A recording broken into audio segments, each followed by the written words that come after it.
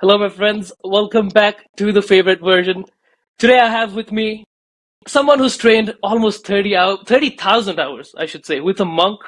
He's going to lead you guys to happiness, and he's here. Dan Goldfield, my friend. How are you? Hello, Chetan. I'm great. I'm pleased to be here with you this evening. Absolutely, man. It's so nice to have you here. It's nice to meet you. I found you on Twitter when I was just scrolling, and again, that's something that I should be more mindful of. But I think I'm glad to have scrolled that day because I came across your tweets and I went through it. And I was like, damn, this is good, man. This is value, you know. This is different as well. And you have this entire design, that blue aesthetic I mentioned that I really enjoyed. So I was like, I would really love to talk to you. So it's great having you here. And you do all of this at the moment, and obviously I want to jump into it later, but how do you describe yourself at the moment?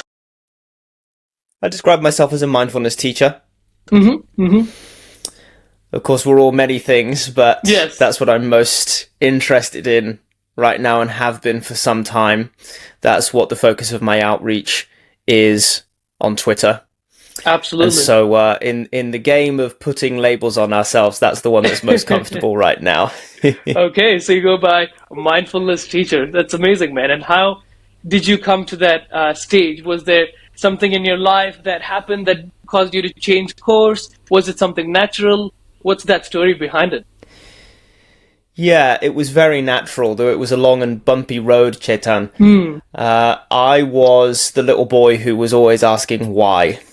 Okay. Yeah. That's really where it began. Some of my earliest memories are of asking the grown-ups why Yep. about pretty much everything and being dissatisfied with their answers. Interesting. And do you think this was inherent, like within you from when you were super young? There was an inquisitive nature. Yeah, Right. Okay. yeah. And so, as I say, it was a long and bumpy ride, and I suspect we'll get into some of that. I made a diversion into music. That was my Mhm. first career. Right. And Played when was music that? for... So I started playing the drums at age 11 Hmm. and tried really hard with that. Yep. I put a lot of time and energy into music. Hmm. Music, I suppose we might say, was my first love. Right. And I got very lucky, actually, in my small hometown just south of Bristol here in the UK. There was actually a community of professional players who would Hmm. run an open stage night. And I Right. would go to this open stage night as a teenager, and I would play, and I would make a mess of the tunes, and I would kick myself all the way home. And then I would learn those tunes, and I'd go back the next week. Right. Okay. Of Yeah. course, the next week they would call different tunes. Yeah. Of course. Yeah. So that was And how I were they built in a your age group at repertoire. that time, or was it like older people and you had to just kind of deal with it? There were some youngsters, yeah. There Yeah. was a Yeah. small crowd of youngsters who were allowed. It was in a pub, so the landlord was a Exactly. Yeah. musician himself.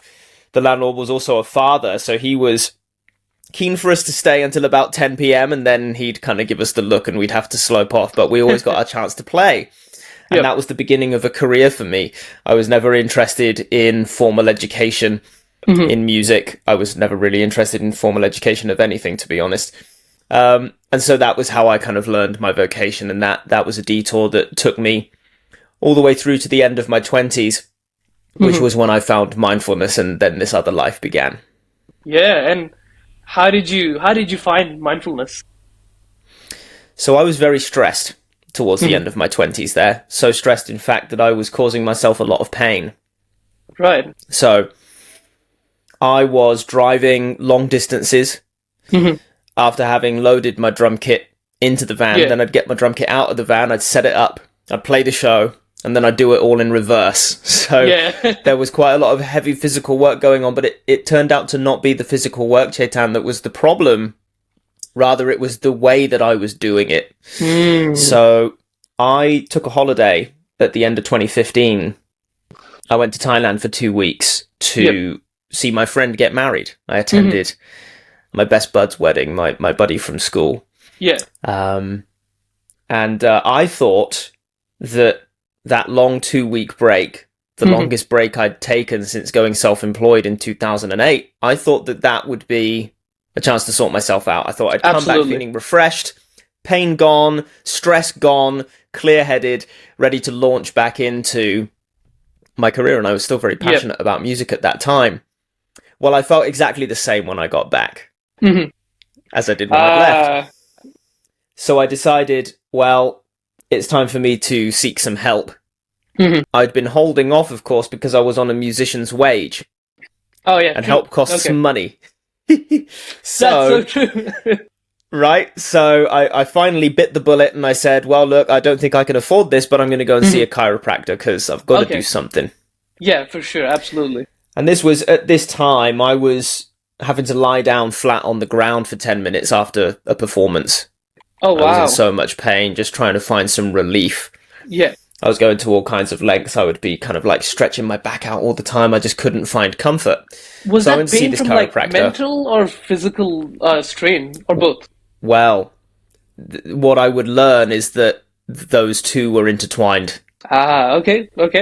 I'll let you continue with the story, so we'll come to that. Sure. So it was both a mental and a physical thing. The nutshell of what I would learn down the line is that all of the physical stuff is mental, really. The mind is what drives the body. And I was driving the body in an ineffective way. And that's what the chiropractor told me. She diagnosed me, and she said, for any listeners in the UK, this is a wonderful chiropractor named Bronwyn Henley in Bristol. She came on a strong recommendation, a dear friend of mine, who's a wonderful trumpet player. He has a condition called ankylosing spondylitis. Okay. Which is an autoimmune disease which slowly over years and years fuses the vertebra of the spine together. Okay. So it's really quite a painful disease. So I knew this guy would have a good chiropractor. So I went to see Bronwyn, and she said, there's nothing wrong with your spine. Yep. She said, it's what you're doing with it that's causing you all this trouble. And that was a paradigm shift for me, Chetan. I didn't know that I was doing or not doing anything with my spine, or that I had any say at all in how I felt, how I moved. I just thought, I'm a drummer. Yep. I have a hurty back. That's how it goes for drummers. So Bronwyn said to me, we can do this until I retire, if you like. You can come and see me every fortnight. Yep. I'll put you right. You'll go put yourself wrong again. I'll put you right again. And we'll ride off into the sunset together. Yeah. She said it'd be very expensive. I said, yeah. She said, or you could go and see an Alexander technique teacher. Interesting. And they'll teach you how to stop putting yourself wrong. And then you won't need me. She said, I recommend you continue with a course of treatment as you begin your journey into Alexander technique. Now, Alexander technique is a whole other rabbit hole. Okay. It's good enough to know that it is quite niche, so I don't expect anyone to have heard of it. But in brief, they teach people how to stop doing themselves damage in the way that they're using their bodies. Okay. So that's what I learned. I tumbled down that rabbit hole. I began a teacher training course in that discipline. And one of the things that changed as I tumbled down that rabbit hole was I stopped procrastinating so much. Wow, okay. Which was a wonderful side effect. Absolutely. Now, the reason that came with it is because the Alexander technique turns out to be a process of mental discipline. So as I was disciplining my mind, working on how I was using my body, I was also getting peripheral benefits. And one of the things that I'd been procrastinating on was listening to more talks by Alan Watts. Now, I don't know if you're familiar with Alan Watts. He's a little bit less niche than Alexander technique. Alan Watts was a great philosopher who was a Christian minister. He then travelled to the East to find out about alternative ways of being. And he came back and translated what he learned into dialogue that Westerners could understand. Absolutely. And he gave many, many lectures throughout the course of his life. I downloaded every one I could get my hands on, and I hung out with Alan for 6 months. Oh, that's great. Yeah. And that was the beginning of my mindfulness journey. He introduced a lot of the ideas. My worldview was changing rapidly over that 6 months. I then graduated to another teacher that I'd heard Alan mention, a teacher named Ram Dass, who has a interesting story himself. Yep. And then it was more famous teachers, Eckhart Tolle, Oh wow. Muji, Yes. Rupert Spira, Thich Nhat Hanh, famous spiritual teachers who Yes. all said at some point, as I was hearing it, that I would need to find a teacher to speak with and get some direct guidance. Absolutely. Yes. So I then took to Reddit looking for that, found it, and ended up having a long relationship with a fellow who lived as a monk in Thailand for 8 years. And that was where things really began. That was where the mindfulness practice really kicked off. Absolutely, man. That is amazing. You just took me on an entire journey there in terms of how you came to, doing mindfulness That's the and journey to the everything. beginning. And yeah, the journey to the beginning, which we are going to jump into. And it's interesting to me how you've learned from so many different people. And I feel like that's something that isn't really existent these days, is that everyone thinks that, hey, I kind of know this, it's fine. Because we have our phones, we have our computers, and we're like, yeah, I know it. I can Google it. It's fine. But I think there's a lot of value in learning from people who have different experiences. Obviously, people who are older than you in that sense that they have done something. Like, for example, you said Alan, who had journeyed to the East, and he knew about all of this and was able to mentor you. And how did you reach out to all of these people? There's so many different people that you just named there.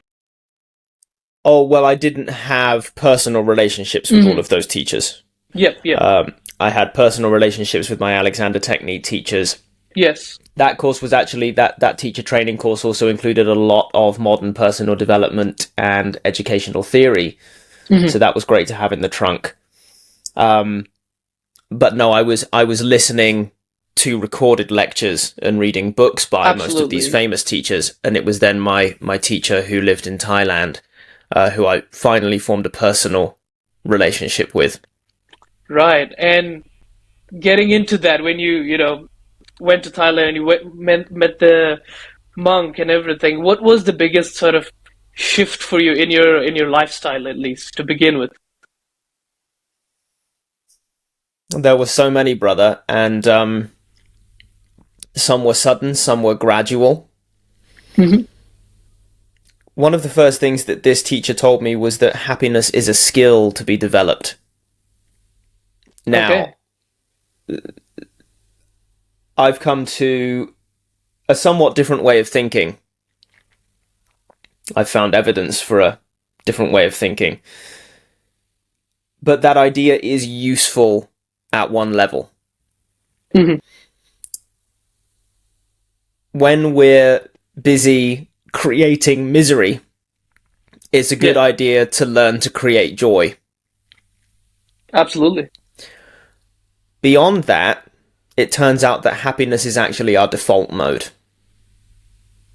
Interesting. Now, what we're into here, brother, is that there are two large camps within spiritual teachings. One camp,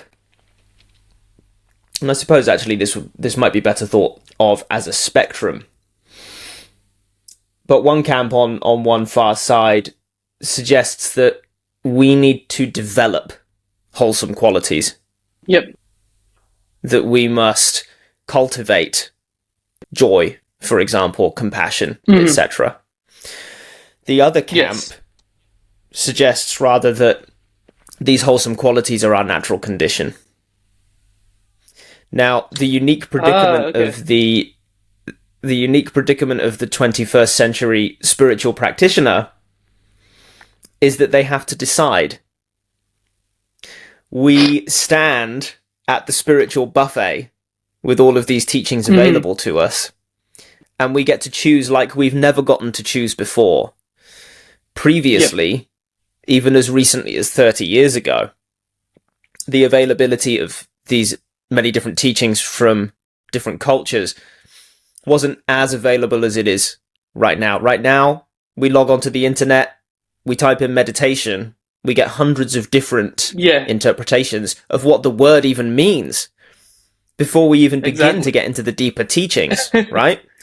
So it's useful to think of these two camps, although there are, of course, folks that sit in the middle. So what I decided was that I had to make a choice. I'd spent lots and lots of time with this first teacher of mine. It was wonderful. I learned so much. Very, very wholesome. But I had to decide at some point, do I take up the hypothesis that I must make myself happy? Or do I instead take up the hypothesis that my default mode is happiness and that all I have to do is get out of my own way? And I decided over time, this took a long time, brother. I contemplated this long and hard because of course I'd had lots of benefit from working with this first teacher. But yeah, absolutely. That second option, that option that happiness might be my default mode, was too interesting to ignore. Yeah. So I started to explore instead the Tibetan presentation of all of this stuff. Within Before Tibet, you talk about teaching. that, I wanted to ask, how did you even realize or know that there's that other choice, that happiness is a default? How did you come to that? Just continuing to read, listen to, stay aware of, perhaps through peers who were doing other practices of the various presentations that were out there. I was actually encouraged by this first teacher of mine to go and check out other teachings. Oh, interesting. Yeah.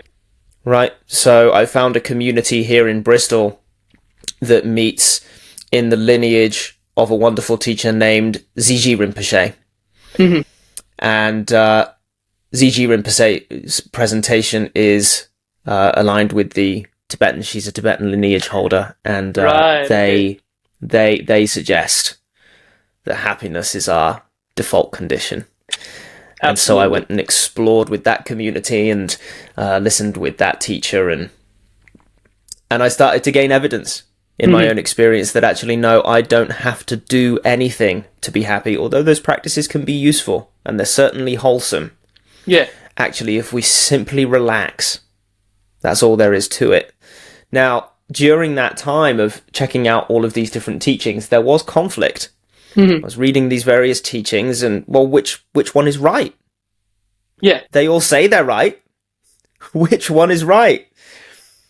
But actually, on the other side of that, coming full circle, there's truth in them all. And the core message of any wisdom teaching worth its salt is simply to relax. Everything else beyond that is a concession. Ah, okay. So the Buddha expanded his teaching, but he expanded his teaching because people wanted him to expand his teaching. I strongly suspect that if the Buddha and any other teacher could have gotten away with telling their students to simply relax, then that's what they would have told them. But the student says, how do I relax? And the teacher says, that was going to be my next question. How do I simply relax? I don't know. How do I simply relax? Well, of course, relaxing isn't a doing. Yeah, okay. And here we run into the problem that there's this great cultural bias toward doing. Absolutely. Right? We're trained to be busy. We're told if we rest for too long that we're lazy. Yep. But there's a great secret that is found when we truly embrace rest, which is that actually in resting, we're far more productive than we ever could be in a state of anxiety. Yeah, absolutely. So this was the journey that I went on, and this was its conclusion. It was actually finding adequate evidence in my own experience and then beginning to teach. I was encouraged to teach by that first teacher, and then I went and kind of tested my understanding. Knowing that there were so many teachings available, I was quite strongly convinced of the idea that I wanted to go and test my understanding that I'd gained with my first teacher against some other teachings. And my wife actually ended up being very important in that. She's a neuropsychologist, and she was, in a sense, the final piece of the puzzle. Once I'd triangulated my position with the modern personal development, with the Theravada Buddhism, and then with the Tibetan Buddhism. I then tested all of this understanding against my wife's academic scrutiny.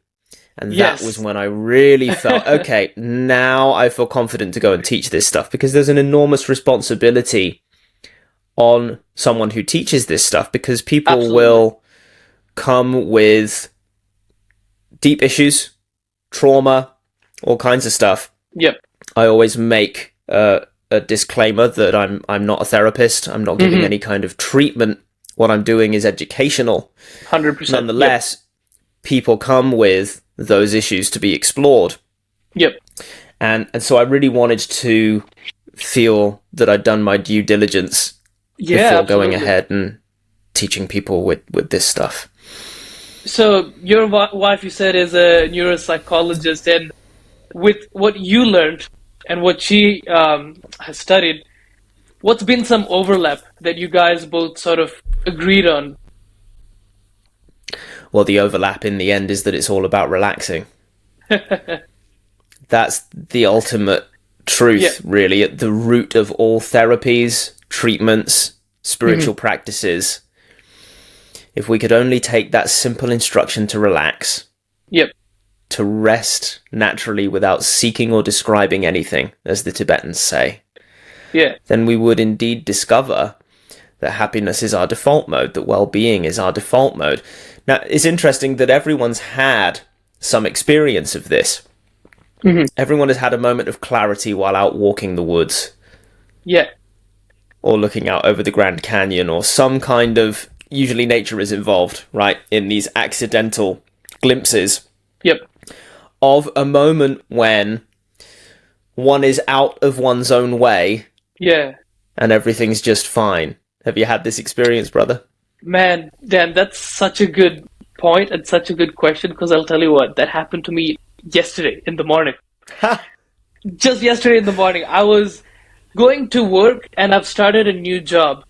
And it's kind of what I've been working towards, over the last few months. And I was on the way to work. You know how it is, man. If you're catching the train, if you're catching public transport and everything, everyone's always running around. And in the train, everyone's standing near each other. They're like, I need to take a seat. You need to take them. And everyone's crowded, right? So they're on their way and everyone's rushing to go to work. I'm just there like, man, this is great. Like, okay, I was working towards this. I'm here. I'm getting to go to the office. And it's in the city. And there's this river called the South Bank River. In the middle of the city. So I have to walk past this bridge where it overlooks the river, and the sun was just rising. We had the river, amazing view. I was just walking and I was like, man, this is great. So I had that come to me. It wasn't like I was forcing myself to feel that way. I would be like, oh, hey, you have to be grateful.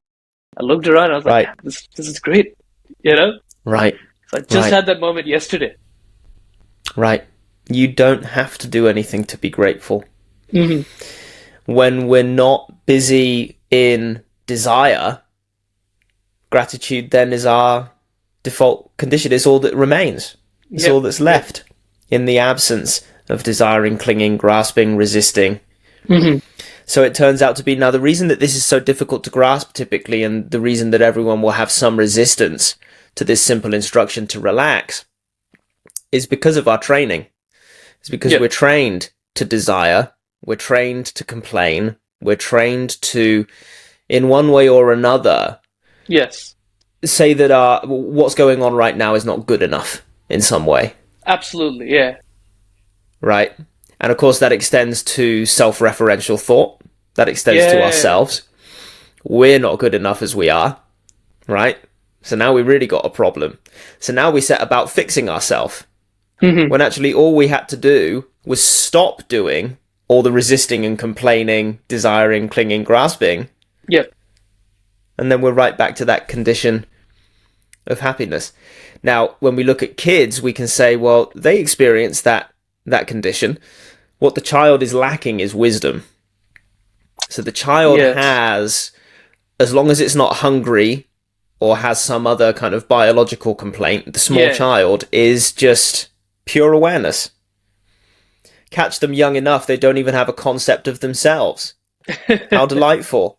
But what they don't have is wisdom, right? So they shit their Yes. pants and they start crying about it. Yeah. The grown-up goes all the way through this process of social conditioning. Yes. And then if they're lucky, they find some means of relaxing out of that conditioning. Mm-hmm. But they remember not to play in traffic. Yeah. Right. So So that's what we're aimed at. yeah. And that's interesting that you say that and you use the keyword social conditioning. That's definitely something huge there, is that we're all socially conditioned to behave a certain way, do certain things. And we don't even realize that until later. I feel like for me, I've done certain things throughout my teenage life, and even up until a year ago that I realized recently, I was just like, oh wait, hey, let's step back. Why do you do this?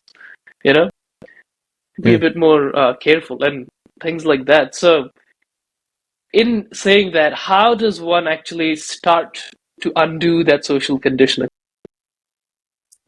Well, the easiest way to go about it is to see that it's all empty anyway. Mm-hmm.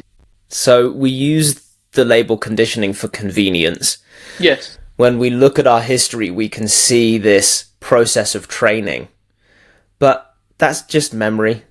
Yep. And we can speculate endlessly about what may or may not be going on in the subconscious, or whether or not the body holds trauma. And I think there's some interesting science around that, right? Yep. But in our direct experience, which is what all of these wisdom teachings are interested in, in our direct experience, there's just this, what's going on right now. Yes. And it's actually impossible for us to have a notion of any conditioning.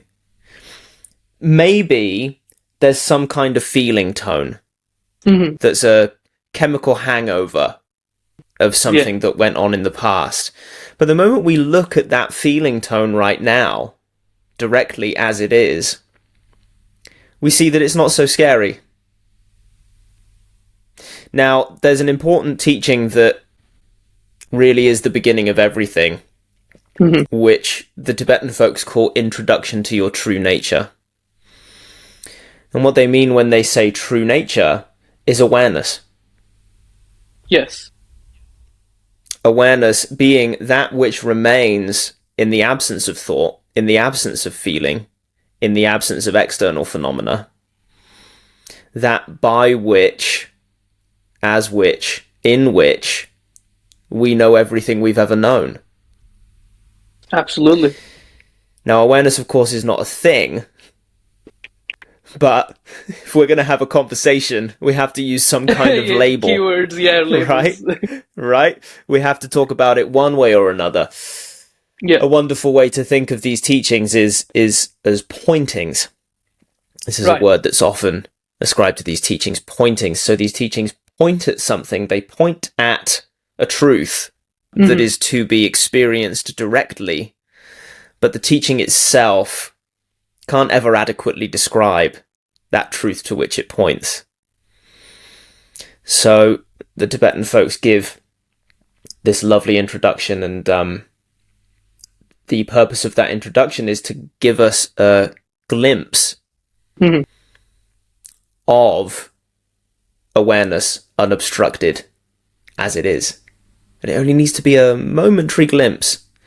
What we're looking for is a recognition of something that's already the case.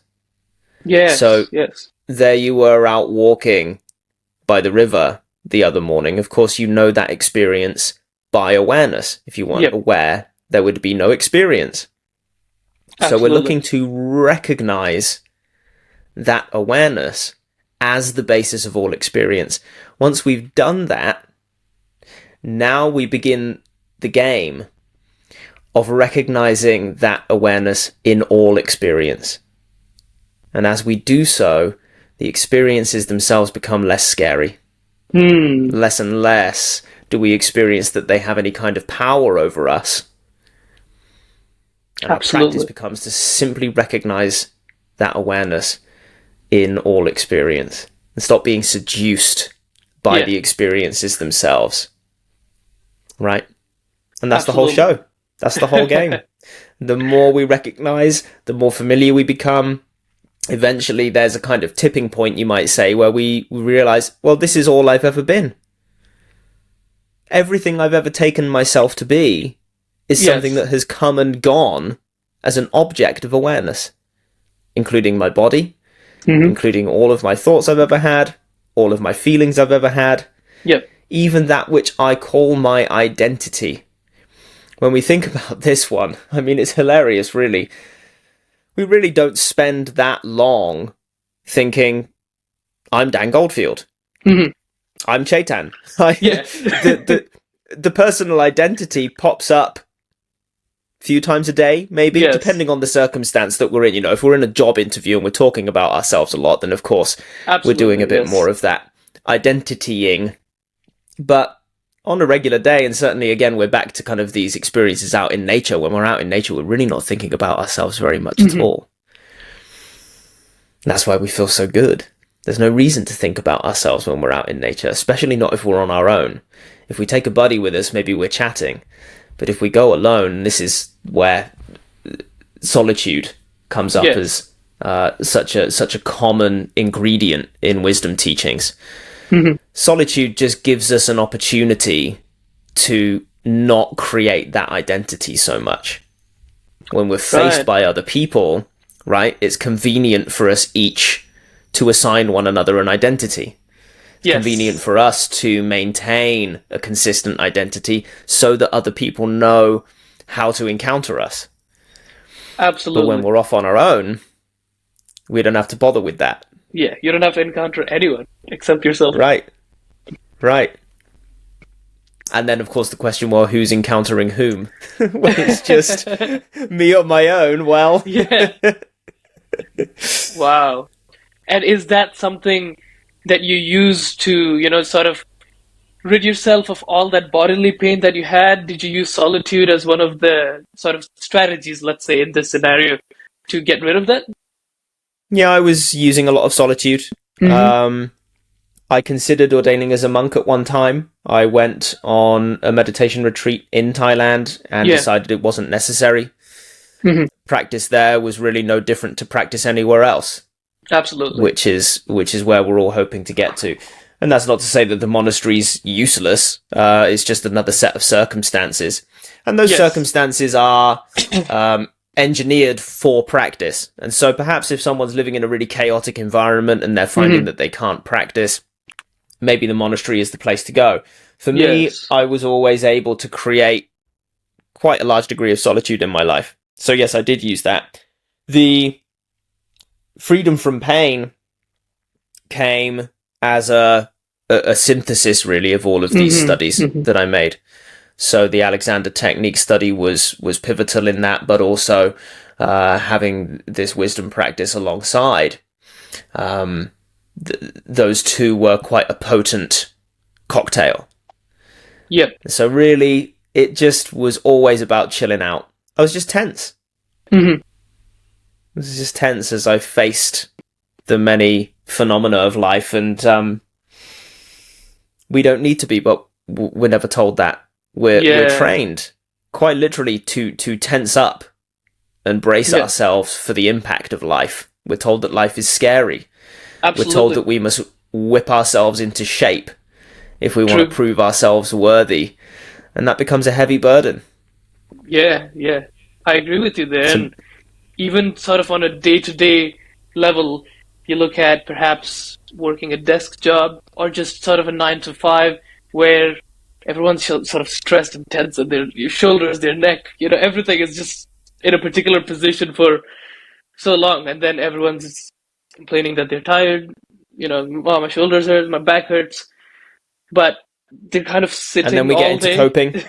And we get into We coping. get into coping then, right? So then it's Exactly. beers in the evening, and then it's a headache in the morning, and then it goes on and on. Yeah, yeah. It's a never-ending vicious cycle. And again, stepping into a more sort of, real office job environment, I can kind of see not just within people around me, but generally, if you walk around, even outside, just on the CBD, you can see that, okay, work's done, everyone's going to go grab a beer. Mm-hmm. And that confuses me at times. I'm not saying that there's anything particularly wrong with doing that. That's not my place to say, but why is my question that comes to me a lot of the times. Well, But indeed, and yeah, and of course there could be many whys, and you're quite right, brother. You know, if the why is just to enjoy a beer, great, but there's often something more sinister beneath, which is need. mm, And when we're in need, what we're saying is, I'm not okay without it. yeah, That's the danger zone with all exactly. substances, with all phenomena, really. As long Yeah, as we need something in order to be okay, we're fucked. 100%, 100%. Mm. That actually transitions very well to some questions I had regarding coping mechanisms and what you say guilty pleasures, right? Because I was reading one of your tweets where you said you can, as opposed to guilty pleasures, you can have a natural high, right? Mm-hmm. How do you describe a natural high? And is a guilty pleasure inherently bad? Well, the bad part of a guilty pleasure is the guilt. Mm-hmm. Nothing's inherently bad. Yep. Nothing at all. Good and bad is a man-made idea. Right. Now, the first thing that folks will consider when they encounter that particular piece of speech, that nothing is good or bad, is folks will think, and I thought the first time I heard this kind of idea, well, okay, what about murder? Yeah. Surely murder is bad. Well, not in the way that we think. You see, we're back to this basic assumption that we all make one way or the other. Yeah. And we know the way that at least Western culture swings. Western culture swings toward the assumption that we're all born rotten and then must whip ourselves into shape. Yes, yes. The other way to go is we're born pure, but then we're corrupted. Mm. Now, if we're born rotten, then the truth is we'd all rather be murderers, but we've managed to create a culture in which we all feel bad enough about our base desires in order that we don't do them. And look, I'm not suggesting that we abolish the justice system. Yeah. But actually the truth is we don't need reasons to be kind. We need reasons to be unkind. Oh, wow. That's a very good point. Imagine you're sat on a park bench in perfect satisfaction. Yes. You need for nothing. You're just happy as you are. Mm-hmm. And then a child approaches you and asks for a sandwich. Yes. You're going to buy the sandwich. I mean, absolutely. You need a reason to not buy the sandwich. Yeah. Man, you'd have to be slightly, unhooked to say no to a child asking for a sandwich. Right. And of course, it's important to make the caveat that there is always the case of disorder. Yeah. There are folks who are unwell. This is something that my wife really helped me to understand, is that we can't go around saying that wisdom practices are a one-size-fits-all solution for everyone at every time. Now, what we can say is that these practices are a great idea in addition to whatever interventions are in place for someone who's unwell. Yep. But if we approach an addict and we tell them to rest naturally without seeking or describing anything, well, they're just going to go and score. They're going to get high. Yeah. Go relax is going to be equivalent to them doing their addiction. Yeah, there's too much momentum in that behavior at that time. But with the proper intervention in place, then for that person to begin a practice is an excellent idea. So how do you get past addiction? Well, you need intervention, you need help. Yep. If we're talking about full-blown addiction, we're talking about, heroin or something. Yeah. Someone in that condition. Because we're literally talking about, it gets really dark. I've known addicts in my life. Yes. And they will die if they don't score. Absolutely. So we're talking about the ultimate stakes. Yeah. And so that person's decision making mechanisms are just so fucked at that point. Yep. They're in no position to begin a practice or take up a practice. They're in no position to hear wisdom. What they need is a controlled environment. Yeah. Right. They need someone else to make their decisions for them for a time. Absolutely. And what about on a micro level? Let's say, what we see these days, man, day to day, is that increasingly we're all sort of addicted to small things such as the dopamine hits of social media, opening up our phones, scrolling. And the thing is, while I kind of grew up with social media was also growing up with me, versus now, there are children who are gaining full access to the full scope of the internet and everything when they're so young.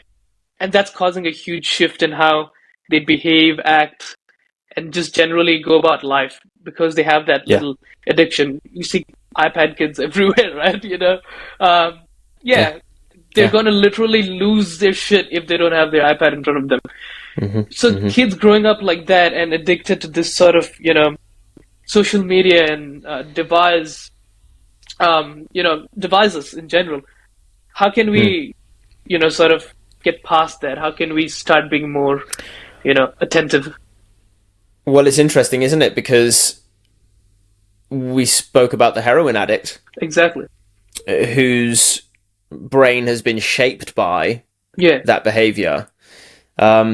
These kids' brains are shaped by their exposure to, if the parents aren't putting any kind of restrictions in place, and the kid is just on the phone or the iPad endlessly, we see functioning grown-ups changing their behavior to these apps. So of course the kids are suffering the influence. So that probably is one for intervention as well. Now, it's not as dire as the heroin addict. The child won't die if you take the iPad away. But they'll be grumpy as hell. Exactly. They're not ready to contribute to their fellow beings in any meaningful way. If they're in any kind of addiction. So perhaps some kind of intervention is necessary there. Now, for those of us who are at least somewhat balanced, well, all we need is a mindfulness practice. What I found was that as my mindfulness practice developed, my general level of satisfaction increased until I needed the beer less. Okay, Right. Yep, absolutely. And that's a very good point you make there, that mindfulness practice, just increases your baseline satisfaction. One question I have though, Dan, is that if you're dissatisfied, generally a lot of people do many things or try and achieve many things in order to make themselves feel better. When you're more mindful, you're more satisfied. Is it possible that motivation then reduces to go and achieve those things?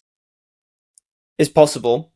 This was a question that held me up for a long time. I had been a very ambitious teenager and 20-something. And I was scared that if I went too far into my mindfulness practice, I might just turn into a lump of jelly on the floor. or worse, that's kind of a funny image, but in more realistic terms, then I might just end up at the bar every day or just sit on the couch. Exactly. And so what happened over time, probably a couple of years thinking on it, I just tested it. I just tested what happens if I go a little bit deeper. Am I going to become a slob? Well, no, actually, there's something else going on here. Now, the way that this played out was that I did lose the ambition that I used to have. But what replaced it was another one of these wholesome qualities that turn out to be a quality of our true nature, which is the quality of mutual benefit. Right. We're back in the neighborhood of kindness. Absolutely. If we've got no reason to be unkind Hmm. to others or ourselves, we're just gonna do shit that benefits everyone. True. What else is True. there to do? Right? Now, in fairness, some practitioners just slink off into solitude and live a happy life on their own. And Yeah. that's fine. Yeah. That's fine. But what I have found and what peers of mine that I've spoken with have found, and certainly what a lot of the monastic community have found, and the monastic community is interesting in that they're the largest sample of mindfulness practitioners. Right. And what those folks tend to do is be helpful. Be kind. Now, what I found was that there was a period of letting go of my old ambitions, my musical ambitions. Yeah. And I just became interested in teaching mindfulness instead. Yep. And which you is still a great play result for me. as a hobby? I do. Yeah, that's great. So I still see a few music students here in Bristol. And very occasionally I will go out and perform with some old friends and we'll have a riot nice. and that would be great. But I really don't miss it at this point. Yep. It's a wonderful thing. Music is a wonderful thing, very healing. One of the reasons that stood out to me as I began this transition was that, you know, because I was really weighing these two disciplines up at one point. And actually a lot of my my musical friends would say to me, mindfulness? What? Why? Yeah. Why mindfulness? Music's way more exciting. Is what a lot of folks would say to me. But the problem is with music is that it ends. That's so true. So if music makes us happy, great. We're happy whilst we're playing music. Or we're happy whilst we're listening to music. What then? That's such a good point. I think I had the biggest relatability factor on that with movies. I used to watch movies a lot, and I love movies, man. But I knew that it's going to be over. I was like, oh, man, I don't want this movie to end. Right. Because I'm going to feel like shit after this for a bit. Right. You're, in a sense, trapped by your love of movies. Yeah. As long as it's need. But when you're free of need, when it's liking instead of wanting, as my first teacher used to say, then we're all right. We can enjoy a movie. We can enjoy performing music. Yeah. We can enjoy a beer. Exactly.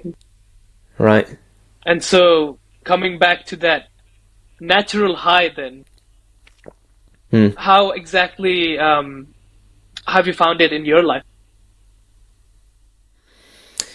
Well, our natural condition being one of joy and peace and clarity, we could say that our natural condition is to be high, but it's not quite true.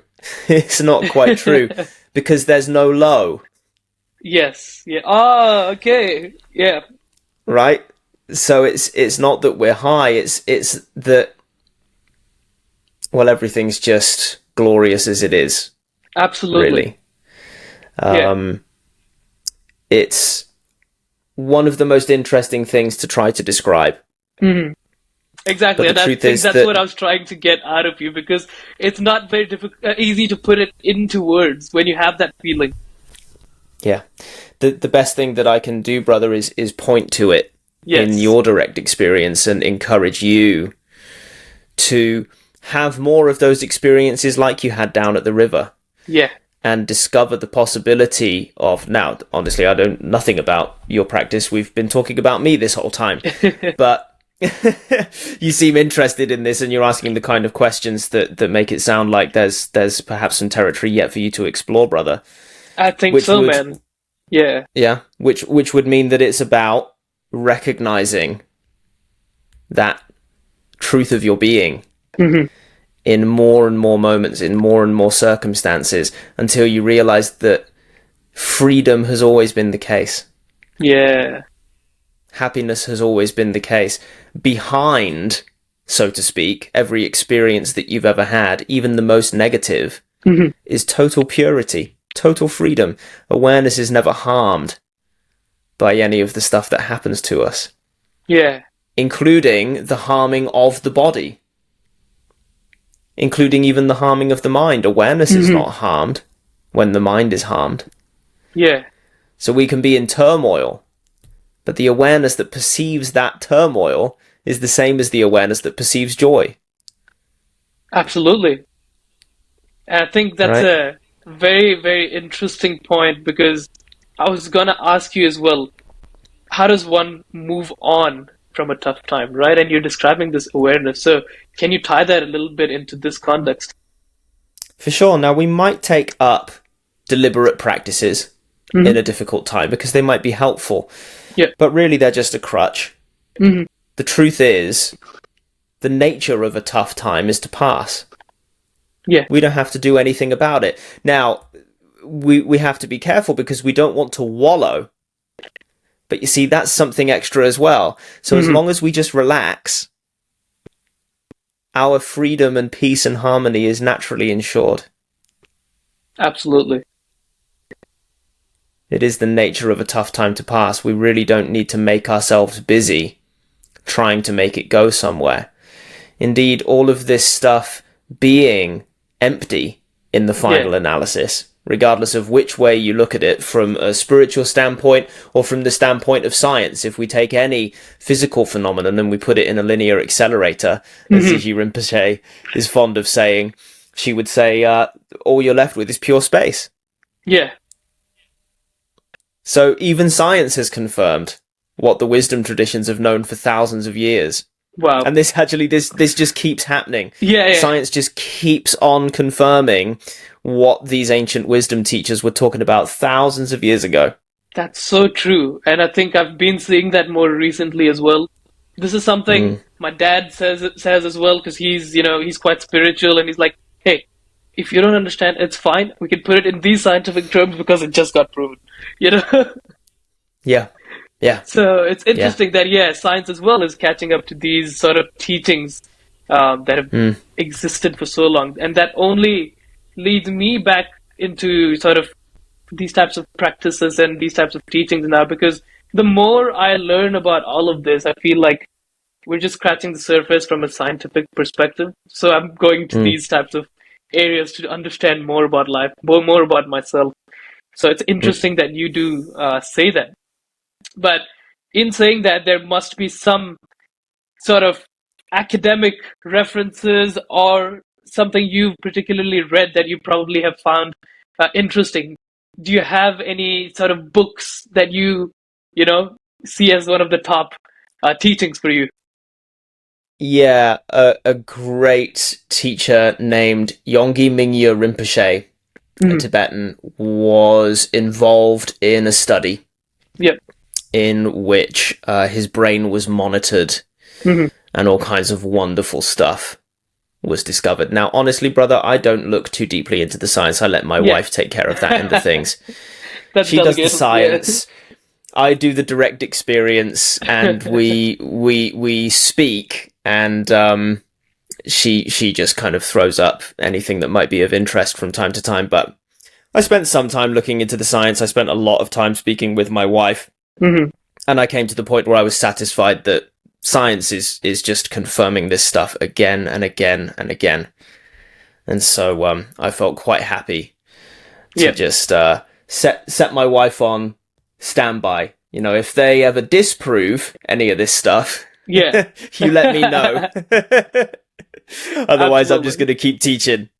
Yeah, for sure. But yeah, this one book with Mingye Rinpoche will give any folks who are scientifically inclined a really good introduction to the findings that science is making in this direction. Absolutely. What about spiritual books? Doesn't have to be particularly scientific. Well, there's one book. See, the difficulty is that with words, there's always the opportunity for misinterpretation. Of course, yeah. So a good recommendation to work on is that for anyone listening, if you have the opportunity to speak with a teacher, and I'm available, I'm right there on Twitter at Dan Goldfield. Indeed, there are many teachers online these days. If you can speak with a teacher, do that. Yeah. If you can't speak with a teacher, watch a video. If you can't watch a video, listen to an audio. If you can't listen to an audio, read a book. Yeah. Because at each step, there's more opportunity for misinterpretation. And because of the nature of these teachings being appointing, the more we're at the level of what the old traditions would call a transmission of a teaching, as opposed to a written, conceptual, analytical presentation, then we're less likely to misinterpret. Absolutely. We're more likely to kind of understand someone when we're able to look into their eyes and hear the tone of their voice and see their gesture. That's very true. Right. So that's my recommendation, is to connect with the teacher live, if possible, and then work back from there. That's good. There is one book. Yeah. This one book is I'll make any interested listeners work for it. I'll tell them the name of the author, and the reason is because I hide this book when my father comes to visit. Interesting. And the reason for that is that if someone were to pick up this book too soon, it would just turn them off of the whole thing. This is crazy. Yeah. This is crazy. This can't be the case, because it's so contrary to the way that we're told that things are. Okay. And so I didn't find this book until I was years into my practice. And even then, it was a real slow burn. I sat with this thing, I'd read a paragraph, and then I'd stare out the window for half an hour and contemplate. So the name of the author is Longchen Rabjam. He's one of the most celebrated Tibetan teachers. And any folks who are really interested can go and do their own research. And then indeed, if you have questions, well, and indeed, if anyone who's listening has questions about that, do bring them to me on Twitter. Absolutely, man. And in saying that now, what are your goals going forward? So I'm about to launch a cohort course. I've been working on that steadily for the past 4 months. I will be dropping an announcement tomorrow, so this is very timely.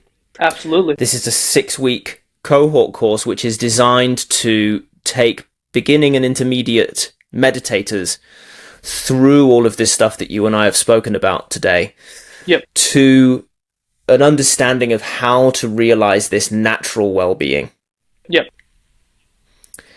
So we're working with a course of live video calls,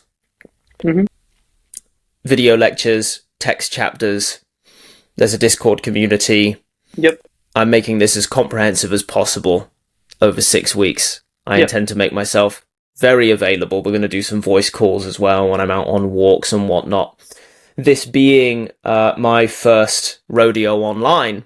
Yeah. Certainly my first rodeo doing a cohort course. It's heavily discounted at 70% off.